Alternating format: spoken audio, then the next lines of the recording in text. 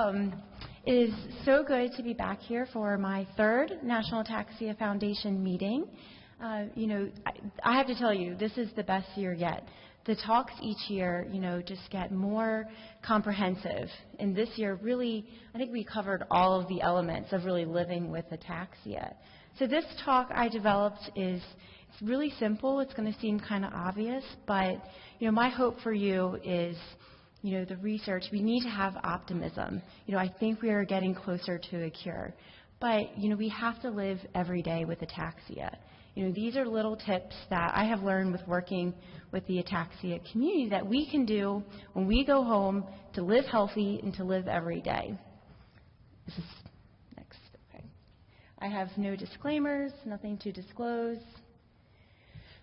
So Becky Dunlop, who I work with at Johns Hopkins, she's our nurse, she developed these E's for empowered living. And I just love these. And these, I think, apply to the ataxia community as well as we developed them for the Parkinson's community. But really, these are things that we can do every day at home and really help us kind of, find hope and live a healthy lifestyle. It's something we can do. So I added this first one in executing our care plan. So really the important message is that we have to be our own advocate. This conference has done a really good job of learning about all of the providers involved in helping you live with ataxia. And I have to say this presentation, applies to those who are living with ataxia, but also all of the family members, the spouses, siblings, friends that are here. These are all important messages for all of us. So really, in addition, we've spent a lot of emphasis on your neurologist, but there's a whole team out there that is dedicated to your care, and you have to be that advocate. So you have to seek providers that you trust. This is easier said than done, in building a relationship with your doctor. So it takes time. There's a lot of materials out there. Even National Ataxia Foundation produced a wonderful fact sheet on partnering with your neurologist. Little tips like writing down your 3 most important questions when you go to your doctor's visit. There's a lot of things out there to help you maximize that time. It's very important that you identify your care partners. So I don't know how well you can see this, but I love this graph. So really, at our center, we're moving to patient-centered care. So you, as a patient, you're in the middle. And then around you are all of these providers that are there to help you. Because the treatment of ataxia is symptomatic treatment. So we treat the symptoms. So we have our neurologist. But in addition to our neurologist, we have a physical therapist that we heard from that can really be vital. A speech therapist, an occupational therapist, and people who help with home modifications and adaptive technology, a nurse, social workers, health psychiatrists, psychologists, people who help us address depression and anxiety, a dietitian, nutritional needs, other specialists, if we have other health conditions, our dermatologists, our cardiologists, our primary care physician, and our family and support groups that I'll touch on as well. So all of these individuals are there throughout the journey. You may not be using all of them at once, but you need to help identify those people in your community that are there for you. And I am a little short. I can't see the time. Okay. So you really have to be your own advocate, and we talked about in the Birds of the Feathers that you are that center person and have to speak up and be an active participant with your family. So next, exercise. I don't think I need to talk much about this. A lot of the speakers really touched on the importance of exercise. And I strongly believe, I think this is one thing that we can do. It helps with so many things. It helps us feel better, right? When we take a break from exercise, we don't, feel as good. Improves our physical condition and maintains function. So this is a difficult one, but we know, I hear our neurologists say to all of our patients that the regular exercise is the most important thing you can do. Even though you may not feel a benefit, you will be better in a year from now because you did those exercises. And, it's the one thing that we can do. And it's just important as your medications. So just quickly, where do we start? A lot of us, we heard, Mike is an avid exerciser. So where do we start if we're not exercising? Probably the best place to start is to find a physical therapist. They can help develop an exercise program for you. A lot of people in our community, they go to the library and get exercise tapes. I'm very excited to hear that NAF is developing a fact sheet for wheelchair yoga and wheelchair exercises. These are simple things that you can do 5 minutes a day, a couple times throughout the day. There's so many ways to incorporate it into your life. And even community centers, have great exercise programs as well. So the best exercise program includes all types of stretching, the aerobic, and strengthening. So importantly, all my patients ask me, what type of exercise should I do? I hear about hula and dance and yoga, tai chi, all of these different exercises. And when I tell them, find an exercise that you enjoy, and then you're going to make it part of your routine. Because if we don't like it, we're not going to continue it. So you have to find something that you enjoy. Eating well. This is a personal interest of mine. It could be a whole talk, but the very important messages are that we need to eat a balanced, healthy diet. Incorporate our fruits, vegetables, whole grains, lean meats. These things are very, very important. But it's a balance. We deserve to treat ourselves, but to eat well most of the time. So this is something that we can do to try to make good options most of the time. Alcohol in moderation. Some of our patients tell me that alcohol makes it much worse for them and their symptoms, so they choose not to drink. Or they'll have that glass of wine at night when they're home and unwind. So it's something that within moderation is okay if your doctor agrees. So it's something that I think everything all in moderation. Let me go back. Especially if one of the concerns we talked about yesterday in Birds of the Feathers, chewing, swallowing difficulties. If this is a concern of yours, to seek a speech therapist and for a swallowing evaluation. There are things out there to help you address chewing and swallowing. Education. Well, you all get a star for that because you're here. Knowledge is power. You're here to take an active approach and to learn things to help you in your quality of life. So really important, I heard, I think Dr. Collins talk about this as well, but the information overload and knowing where to find reliable information. We get a diagnosis and we Google and we're completely overwhelmed. So knowing of those reliable resources out there that are to help us and find people help us navigate, turn to the NAF, turn to those reliable resources, and really beware of overwhelming yourself with too much information. So I want to spend time on these last three. Effective communication. It's easier said than done. All the vocabulary, if this is our first conference, we hear a lot of different terms, atrophy and cerebellum and things that we may not be, the physicians are speaking a different language. The NAF book, our program, in the back there's a glossary of all the terms.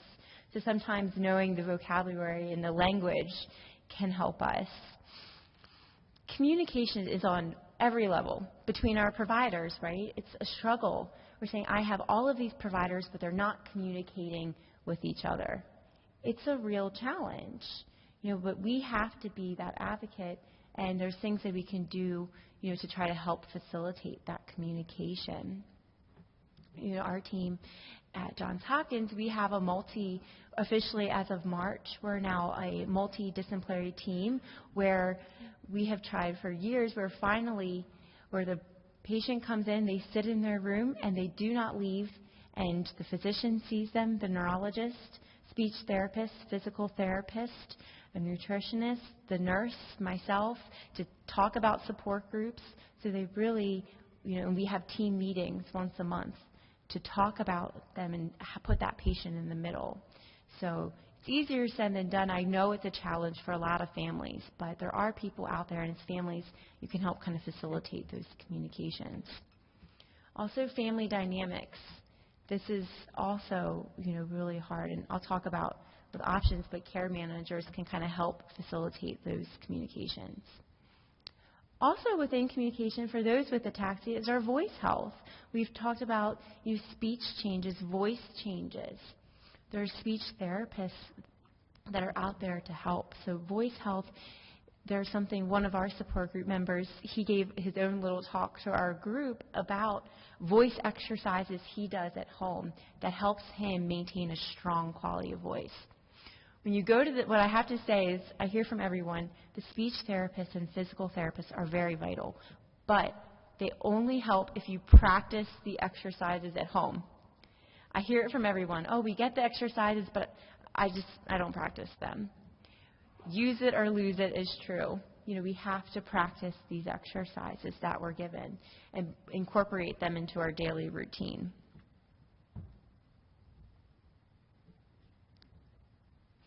Effective coping. So those with ataxia, so when we first get the diagnosis, there's a lot of emotions, right, that we may feel. Maybe anger. Like, why did I get this? No, denial, I don't have it. Helpless, there's no options. There's no one in my state with ataxia. There's nothing I can do. I'm isolated. We're the only family affected by this. We can't really do the things that we used to. Guilty. I think we've touched on guilt this conference. Fear of what the future holds. Frustrated. Maybe disappointed that we can't do the things that we thought we could do. We're confused. Maybe we haven't been able to put that diagnosis, say this is, have a name to it. We're confused, feel helpless or uncertain, embarrassed or anxious. So for those with ataxia, even the care partners, family members feel these emotions too. Raise your hand if you felt one of these emotions. Probably everyone, right? And that's normal. It's very, very normal. But those emotions change too. We have additional stresses on top of it. If that's not enough, our relationship changes with our family. Our communication is altered. There's changes going on. Family conflicts happen. As much as we, try, there are things that happen with every family. It's very individual to you. Apathy, this is something, I've heard a lot about as well. Withdrawing, not feeling we want to do anything anymore. And as the disease progresses over time, emotions change as well as we go through these stages. And we add things as loss of independence, loss of privacy, more guilt, lowered self-esteem. So these are all things that we have to learn to cope with over the continuum. Easier said than done, but these are some strategies. Importantly, it's individual to you. Everyone is individual. You have to find what works for you. Stress management. It's hard, right? We all have stress. There's things that we can do, like for some people maybe exercise. Some people maybe meditation, maybe yoga, maybe just sitting by the water or the mountains and reading a book or bird watching. Whatever it is for you, enjoy it. You find it and embrace it. Sorry, I'm really slacking on the pictures of my slides. So sorry, they're a little boring. But so find what works for you. Find the positive. This is hard, but find what motivates you. Is it your grandchildren? Is it, when we talk about is it skiing, the adaptive technology? What motivates you? Where can you find that positive? It's hard, but it's perspective. There's, for some people, for me, it's motivated for books, self-help books. Find what you like. And most importantly, we have to maintain our humor, right? Sometimes we just have to laugh. It's very, very important. Professional services. There are professionals out there that can help you if you're experiencing depression and anxiety. They're very common. They have a lot of stigma around them, but I would say every patient I've come across has maybe felt this at one point of the time, depression or anxiety. There was a great talk by Rosanna Gibbons last year on cognitive behavioral therapy. There are social workers, psychologists, psychiatrists out there that can help. This is a really important, know your limitations and make adaptations. This is something we've had 2 presentations on that Matt just talked about, and I was so excited for him to talk about his program because I've actually had we have a young Ataxia social club, and 2 of our members participated and went skiing.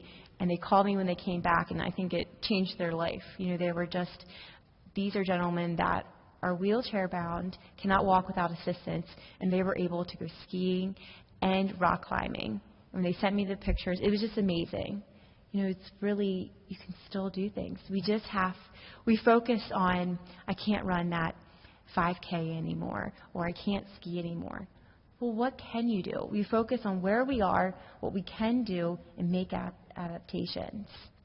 And that's the people in my group who have been able to do that, who really are improving their quality of life. Social support and support groups are really, really important, and I kind of see this as my role at the center. I have a very unique position where I don't do much more than I'm a liaison, because for the people who we see in our community, I help connect them to other people and help them find resources in their community that can help them. Because really, you know, that's what's so exciting for me about this conference, is seeing people connect.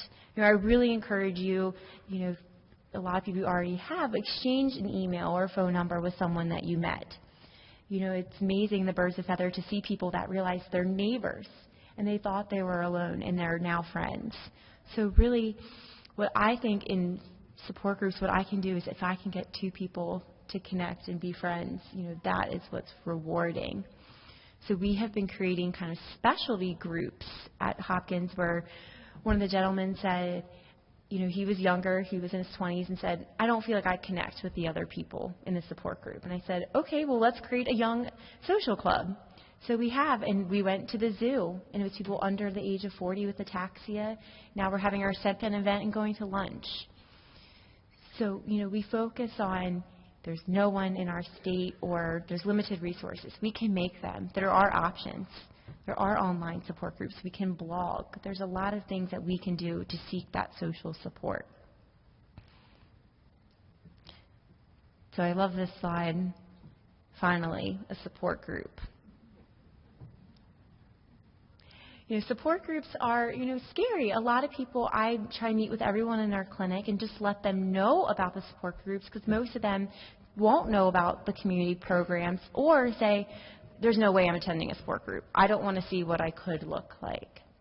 And it is, you know, it is scary for people, and it's through a continuum. And I tell them, that's okay, I just wanted to let you know it's here. When you're ready, let me know, and then we can explore that option. In the meantime, if you would like to connect to one other person, I can help you do that.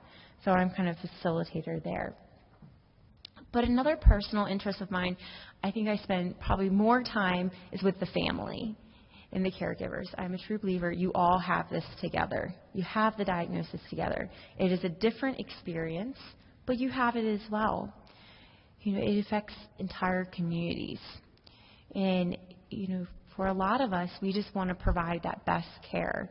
And for some of us, we forget to think about ourselves and care for ourselves. But it's so, so important that we take care of ourselves as well. By taking care of ourselves, we're going to be a better caregiver, better support system to our loved ones, because we cared for ourselves. It's very important. It's very hard to do. So we need to find ways to support families, to support one another. Whether that be, you know, finding things that work for you. Is it exercise? Is it a support group? You know, it's important that you visit your doctor. I just met with a family where she's told me she had canceled all of her personal doctor appointments for the past 3 years because she just wanted to care for her husband. And I said, well, what's going to happen when, you know, if you go first, because you're not taking care of your health? And she didn't know what to say. You know, she was like, I mean, you are important too. You have to take care of yourself to be a caregiver to that person. It is so, so important. You know, whether it be if you connected with another family member here, you know, use them as support. Email them to check in on them. And exploring options. You know, what are our options? What is available in the community? We have in Baltimore, we've partnered with the League. It's a service for people, a variety of ages with disabilities, a day program to go swim and to meet other people. And we have applied for patients to go there, and they love it. You know, find things. There are resources in our community, and we just need to kind of identify them. And it's hard. We learned this conference about the financial resources. We talked about the adaptive equipment, care managers. I heard one of the speakers earlier talk about a care manager. Care managers can be a great central person who is familiar with your community, can help navigate and let you know of the resources available. They can tell you, this is, say you're talking about, okay, we need help in the home. They can talk about what is in-home care, what are your options, what are your financial options. They can be a mediator in family dynamics. So there are resources that we just have to, and there are people out there to help you find them. Wellness programs, I want to mention, I am really excited under the direction of our director, Dr. Liana Rosenthal. She has allowed us together, we are developing a wellness program at Johns Hopkins where it will be 6 weeks, and I start next week, and we will be, for 6 weeks, 3 hours, and we're incorporating home exercise. So, and each week we'll have a different type of exercise so the participants can learn about Qigong, Tai Chi, dance, and then we'll have focused discussions. So all the topics we talked about today, you know, being in a smaller group and talking about relationships, sexuality, nutrition, home modification. So I'm really excited. Hopefully next year maybe I can report on what we found on this wellness program. Because at Johns Hopkins we have a lot of research going on, and research is very, very important to finding a cure, but also we believe there are things that we need to do to help live well. So we're doing this program to see how, hopefully it will lead to a research project talking about how, you know, comprehensive wellness programs and exercise can be a benefit as well. So I think this is the first time I've ever ended on time, so I'm very proud of myself. But I like to leave you with one of my favorite quotes. You know, life consists of not holding good cards, but in playing those you hold well. So I think I'm going to leave you on that message. I hope that you can take some of these things home. You know, these are things that we can do. We can exercise. We can live healthy. We can seek support to live a healthy lifestyle. So I wish everyone the best. I hope to see you all in Orlando. Safe travels home, and thank you.